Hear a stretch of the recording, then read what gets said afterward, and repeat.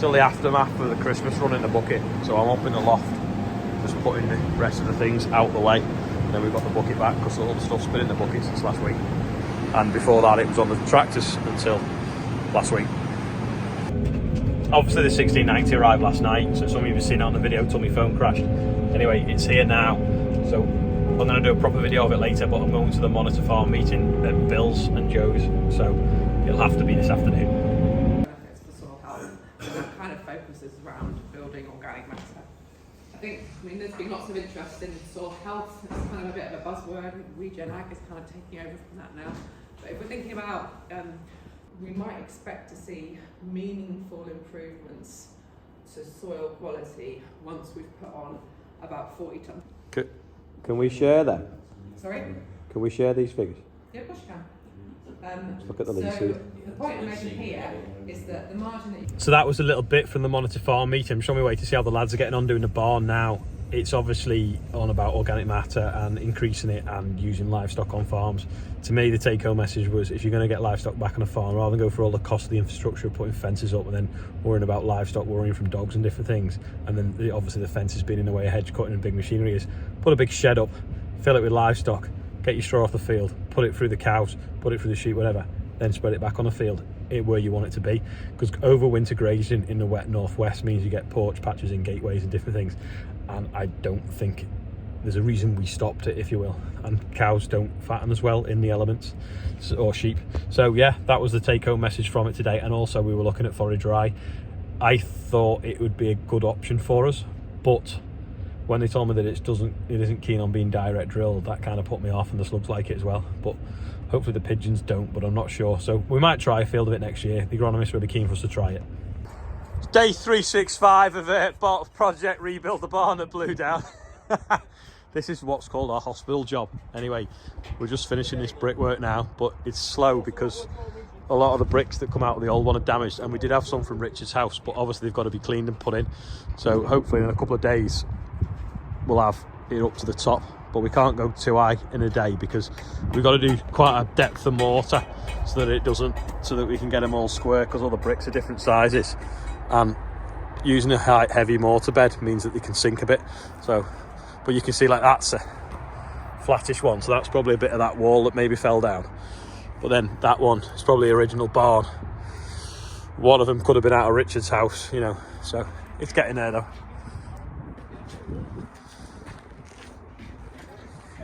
Only another 10-20 courses left. Last night that arrived, so here it is. What's this coming in the yard? The first time in is 1995, 1690 turbo. Right, the live feed crashed, so here we go, backing off. Take the handbrake off. Backing off for 1690. And off we go.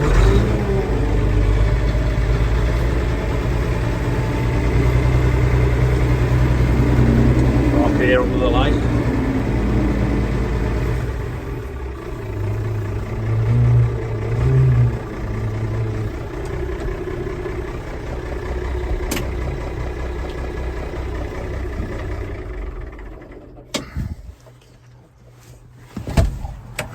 There we go.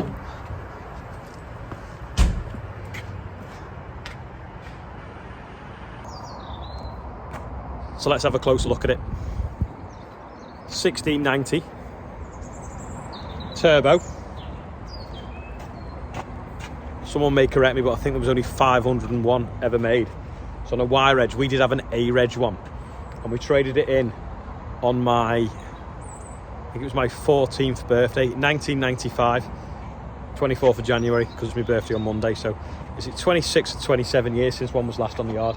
Anyway, here one is, and it used to be a big tractor. We flip the camera, but if you park it next to the combine, it's quite a small tractor, and it's straight. I mean, there's a strap broken here, nothing particularly major.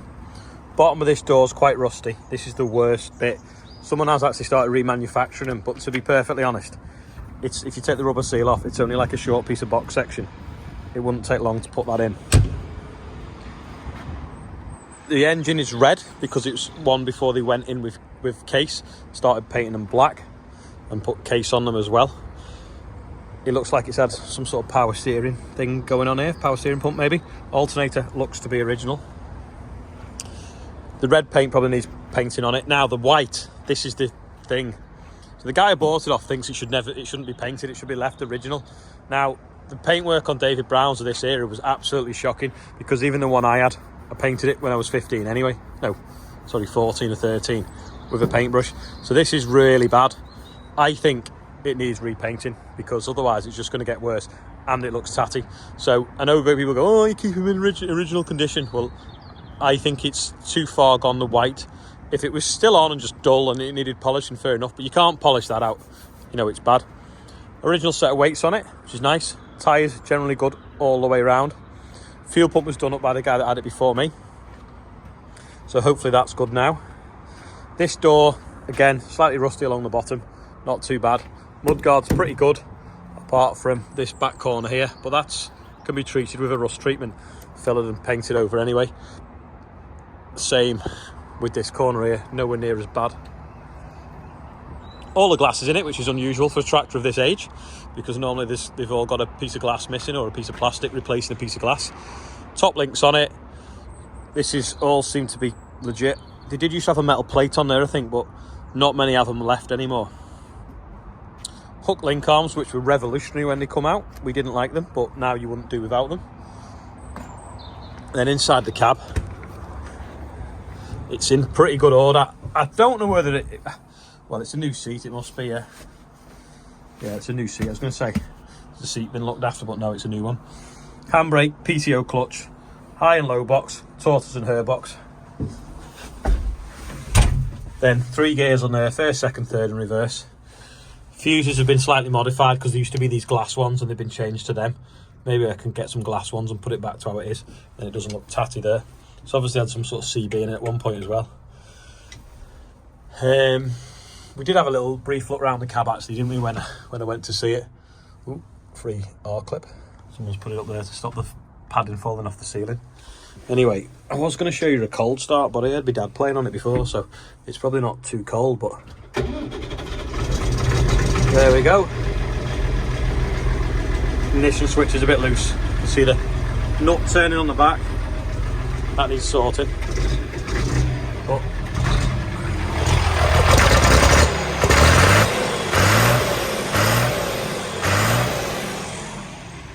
slightly, but now it's got warm. It's not. Take it to the weigh bridge and see what it weighs. No idea what it weighs. I think it's probably about 4 ton. Ooh, shut the door properly. They only used to do about 15 mile an hour these flat out. They weren't the quick as the tractors. Anyway, it's already better than a Massey because it's got steering. Let's have a look. 4.82 tons with me sat on. So I think the Massey was only 5 ton actually. So to be fair, this was probably quite a heavy tractor in its day. Good lock on it anyway. Turn around there.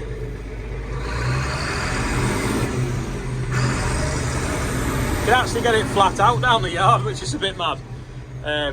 When we had this, we never used to have a concrete yard. It used to be like stone and road planings, and it was a bit rough. But yeah, it's what I would say a tidy example. Totally original, 4,900 hours, because we know its history. Well, the guy who bought it off knew its history. Sun visor's missing. Need a sun visor. Does anyone know where I can get a sun visor from?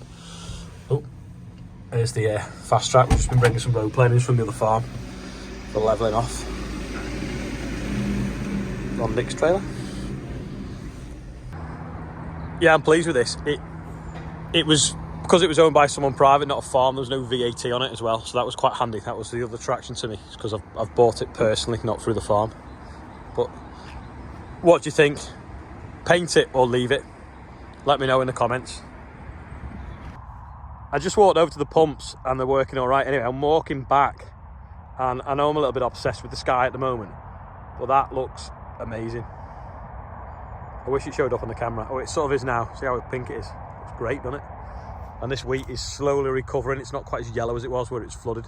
You can see the line there though, but it's definitely a bit better than it was a week ago. It's funny really, the camera, I need like a pair of glasses or something on so that I can see what the camera's going to see when I turn it on, because that sunset looks better than it does on the camera, and there's more of a dissimilar colour on the camera as well. But sorry, it's lost in the translation from my eyes to the phone. Or either that or I'm colourblind.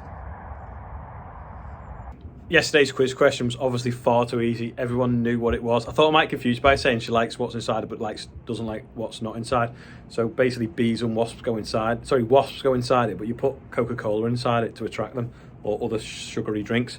Anyway, today's quiz question is hard. No doubt about it. What's that off? I know it's a side marker, but what vehicles is it off on this farm? And if you watch the videos, you'll probably guess it. If you don't watch the videos, it's a really hard one. The other thing is, I've been tagged in it numerous times today. So the HMRC, or whatever they call themselves, is it HMRC? The people in charge of red and white diesel were basically saying that you cannot use red diesel on a tractor run because it's not agricultural. Well, to be honest, that is pretty much, as the way I led to believe, always been the case. Hence why, when we do a tractor run, we always do a food bank donation, because that way we are taking our produce to a food bank, i.e. an end consumer. They might not be paying for it, but that is the way I felt that we could probably get away with running on red diesel on a tractor run. And if they wanted to arrest me for using red diesel on the tractor run, they can do.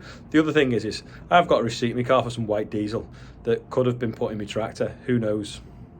Same going forwards. So we'll just watch that space on that one and see, and for next year's tractor run we'll get some clarity. But if anyone is thinking of organising a tractor run, please have a purpose. Don't just drive around the countryside in a tractor, because you'll start to irritate the general public. Make sure, one, you're doing it for a good cause, one, you're going to a place, maybe a destination with food also helps, but have plenty going on for it, because we don't want hundreds of them all over the country just getting in the way. And now the lights have gone off in the brew room. Let me just turn them back on.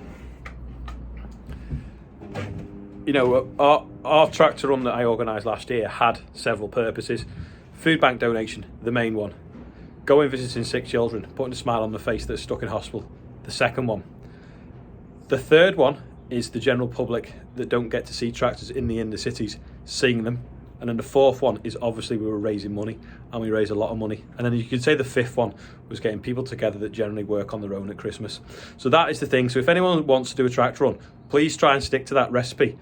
Otherwise, we might start to irritate the general public driving around rural roads. They see them all the time and causing lots of congestion without any sort of police interaction. Loads of positive messages yesterday about dyslexia, including the anagram of it as well. So thank you for all them. Loads of really nice messages, people saying that they suffer from it as well. But you don't suffer from it. You just have it. You don't. You are just basically, your brain works in a different way, which makes you easier to solve different problems. It just means you just rubbish at putting the written word down. So thanks for all that. It's funny when you do a video in the morning, when you get up, you're doing a video, you don't know what it's going to be about. It just depends on what you do that day. Yesterday, dyslexia crept into the video. It turned out to be one of the most commented videos I've ever had, and I have tried to reply to everyone on YouTube, but I've not got there yet because I've had so many on other different platforms as well. But I feel like I've done a lot of talking, so I'm going to go. So thanks for watching. One last thing, these hats, but in the pinky coral colour, they're going to be in hopefully tomorrow or Saturday. So there's 25 I'm going on eBay tonight, because that's pretty much all I've ordered.